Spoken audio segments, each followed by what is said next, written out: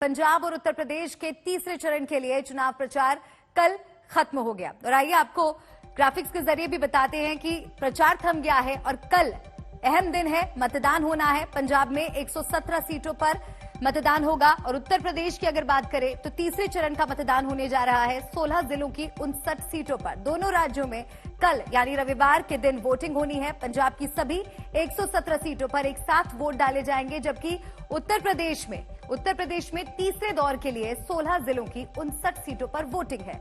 दोनों राज्यों में पोलिंग पार्टियां रवाना होने लगी हैं। तो कल अहम दिन। उत्तर प्रदेश की अगर बात की जाए तो 2 चरणों का मतदान पूरा हो चुका है। तीसरे चरण का मतदान कल होना है, जो कि 16 जिलों की 59 सीटों पर। चुनाव प्रचार खत्म हो गया है। सभी राजनीतिक दलों ने पूरा दम दिखाया और अगर पंजाब की बात की जाए तो कल पंजाब में भी धुआंधार प्रचार हुआ। तमाम दिग्गजों ने पूरी ताकत झोंकी। पंजाब तो कुमार विश्वास ने अरविंद केजरीवाल पर गंभीर आरोप लगाए हैं और खालिस्तानी कनेक्शन पर अब चुनावी घमासान मच गया है। केजरीवाल को लेकर उठे इस विवाद में दूसरी पार्टियां भी जमकर हमलावर हैं। पंजाब के सीएम चरणजीत सिंह चन्नी ने केंद्र सरकार को चिट्ठी लिखकर इस मामले की जांच करवाने को कहा है। उस चिट्ठी पर एक नजर डालते हैं। पीएम को हर पंजाबी की चिंता दूर करने की जरूरत है। सीएम चन्नी ने पीएम को ये चिट्ठी लिखी है और इस पूरे मामले पर जांच करने के लिए कहा है। और श्री चरणजीत सिंह चन्नी जी, आपके पत्र के अनुसार एक राजनीतिक पार्टी का देश विरोधी, अलगाववादी और प्रतिबंधित संस्था से संपर्क रखना और चुनाव में सहयोग प्राप्त करना देश की एकता अखंडता के दृष्टिकोण से अत्यंत गंभीर है।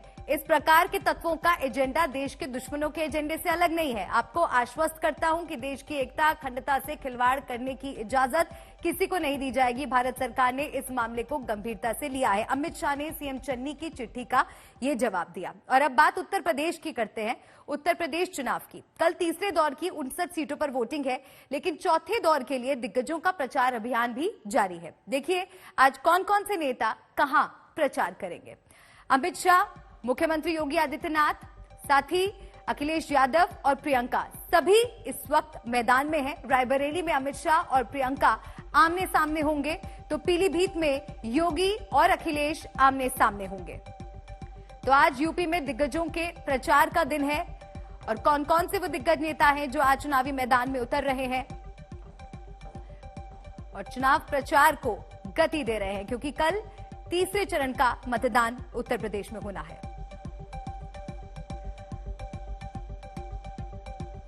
अब आगे बढ़ते अगली खबर का रुख करेंगे। अहमदाबाद बम धमाके के दोषियों को कल सजा का ऐलान किया गया, लेकिन यूपी में इस फैसले को लेकर चुनावी गर्मी बढ़ गई है। योगी आदित्यनाथ और बीजेपी के कई नेता कह रहे हैं कि धमाके के मुख्य दोषी के पिता समाजवादी पार्टी से जुड़े हैं। आज गुजरात के अहमदाबाद के एक न्यायालय ने गुजरात के एक सीरियल ब्लास्ट के मामले में अपना फैसला सुनाया है।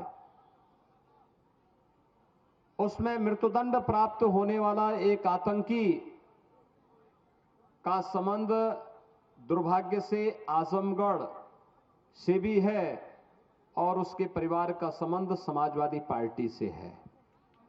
आप अनुमान कर सकते हैं समाजवादी पार्टी के मंसूबे क्या हैं।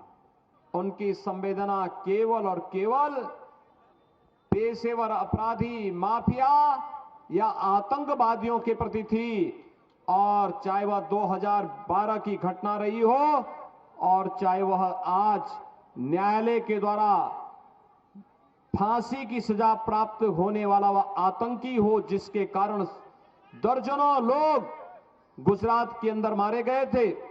ये दोनों घटनाएं इस बात को बताती हैं कि समाजवादी पार्टी का साथ आतंकवादियों के समाजवादी पार्टी का हाथ आतंकियों के साथ, ये उनकी स्पष्ट झलक हम सबके सामने प्रस्तुत करती है।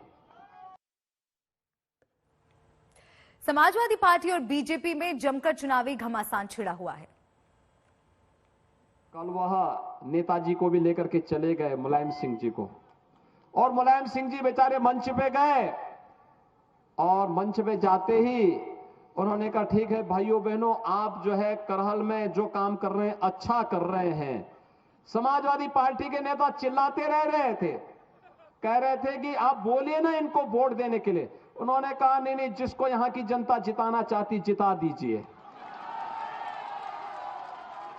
यानी उन्हें नाम भी नहीं मालूम था। आप मुझे एक बात बताइए, कोई पिता और कोई पुत्र का संबंध है तो पुत्र अपने पिता का पैर कहां छुएगा? घर में छुएगा या मंच पे छुएगा? घर में पैर छूने की जगह घर होता है ना।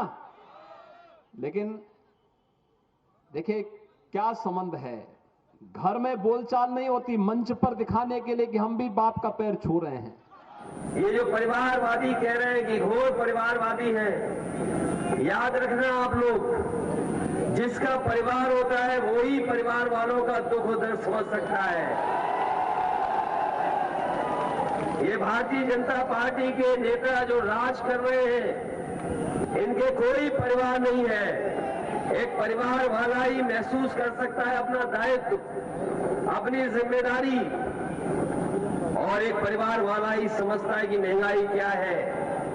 याद करना, हमने 5 साल के अंदर समाजवादी पार्टी के संरक्षण में पलने वाले पेशेवर गुंडे और अपराधियों के खिलाफ बिना किसी मान मनोबल के कार्रवाई की है।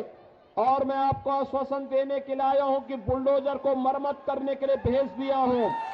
10 मार्च के बाद जब ये फिर से चलना प्रारंभ होगा तो जिन लोगों में अभी ज्यादा गर्मी निकल रही है, भाइयों बहनों, ये गर्मी 10 मार्च के बाद अपने आप शांत हो जाएगी।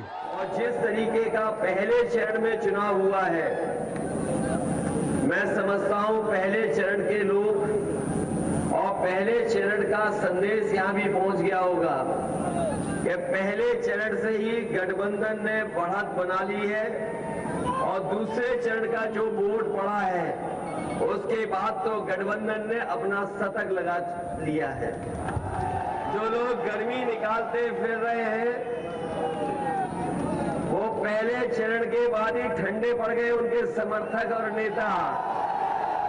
और मैं कह के जा रहा हूं, ये तीसरे चरण में भारतीय जनता पार्टी के शून्य होने जा रही है। शून्य, इसको कोई वोट मिलने वाला नहीं है। और बात यूक्रेन में जारी तनाव की। यूक्रेन में युद्ध की आशंका के मद्देनजर भारत सरकार ने वहां रह रहे भारतीयों को निकालने का फैसला किया है। इसके लिए एयर इंडिया की 3 फ्लाइट तय कर दी गई हैं। केंद्र का भारतीयों को वापस लाने का फैसला, एयर इंडिया की 3 विशेष उड़ानें तय की गई हैं। तो जो भी भारतीय वहां पर फंसे हुए हैं उन्हें देश वापस लाने की ये कोशिश। छत्रपति शिवाजी महाराज की जयंती के मौके पर प्रधानमंत्री नरेंद्र मोदी ने श्रद्धांजलि दी है। देश के कई हिस्सों में इस मौके पर कार्यक्रम आयोजित किए गए हैं। अभी एक दिन पहले ही महाराष्ट्र के औरंगाबाद में राज्य के पर्यटन मंत्री आदित्य ठाकरे ने 61 फीट ऊंची छत्रपति शिवाजी की भव्य प्रतिमा का अनावरण किया। हजारों की संख्या में लोग इस कार्यक्रम में मौजूद थे। शिवाजी महाराज जयंती के अवसर पर जबरदस्त सजावट की गई। ढोल नगाड़ों के साथ वहां मौजूद लोग झूमते नजर आए। छत्रपति शिवाजी की 61 फीट ऊंची प्रतिमा का अनावरण